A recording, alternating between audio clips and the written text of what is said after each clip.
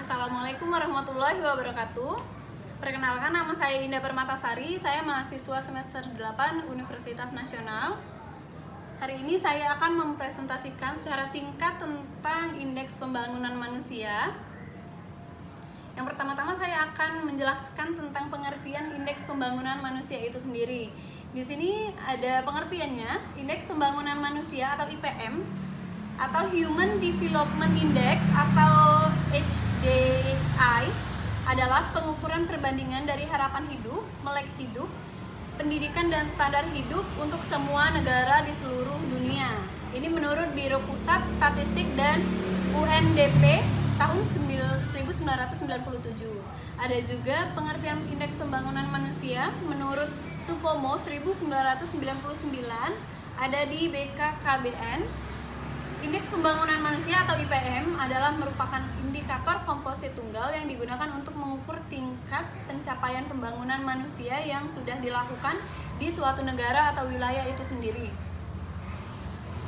Di sini saya mengambil data Kota Jakarta Selatan 2018 menggunakan metode baru dari data bps.go.id. Yang di sini ada indeks pengembangan manusia di angka 84,44, angka harapan hidup 73,93, dan harapan lama sekolah ada di 13,31. Di sini saya mengambil contohnya 3 tahun terakhir di 2016, 2017, dan 2018. Yang pertama yang saya akan jelaskan adalah angka harapan hidup. Di sini 2016 ada di angka 73,83. Di 2017 ada 73,84 dan 2018 ada di 73,93. Angka harapan itu sendiri, hidup itu sendiri adalah perkiraan rata-rata tambahan umur seseorang yang diharapkan dapat terus hidup. Yang artinya di 3 tahun terakhir ini angka harapan hidup di Kota Jakarta Selatan mengalami peningkatan.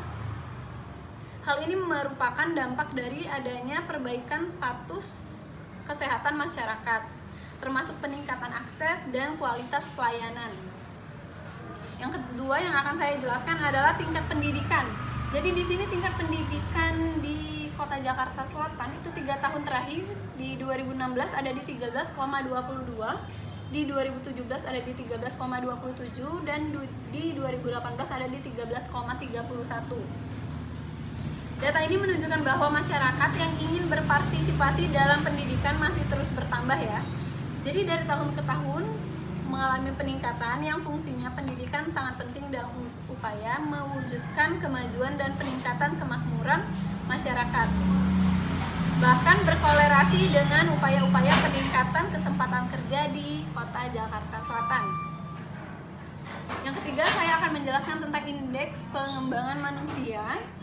Di 2016 ada di angka 83,94, di 2017 ada di 84,13, dan di 2018 ada di 84,44. Dan di tabel indeks pembangunan manusia juga mengalami peningkatan dari tahun ke tahun. Sebenarnya di Indonesia juga mengalami peningkatan di seluruh kotanya. Itu ada di data 2019. Jadi itu mengalami kemajuan atau selisih dari 2018 dan 2019 di angka 0,74.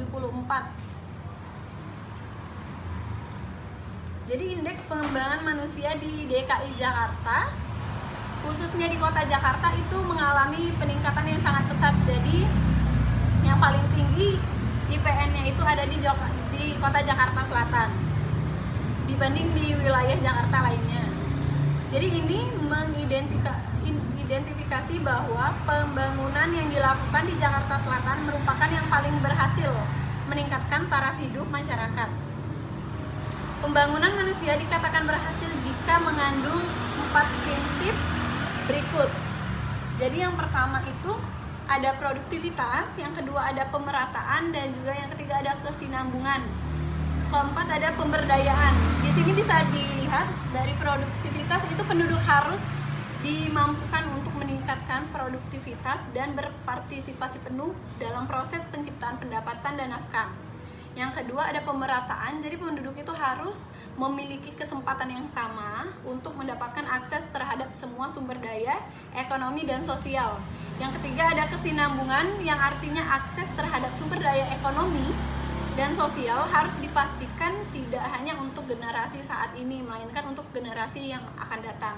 Yang keempat ada pemberdayaan, yang artinya penduduk harus berpartisipasi penuh dalam keputusan dan proses yang akan menentukan kehidupan mereka.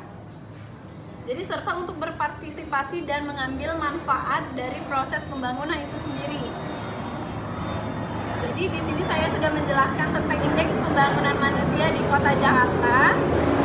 Saya harap bisa membantu teman-teman dalam wawasannya dan juga menambah pengetahuan ya yang menjelaskan. Baiklah, sekian presentasi singkat dari saya. Mohon maaf kalau misalkan ada salah kata, salah data, tapi data yang saya ambil itu data akurat dari bps.go.id. Semoga membantu. Terima kasih. Wassalamualaikum warahmatullahi wabarakatuh.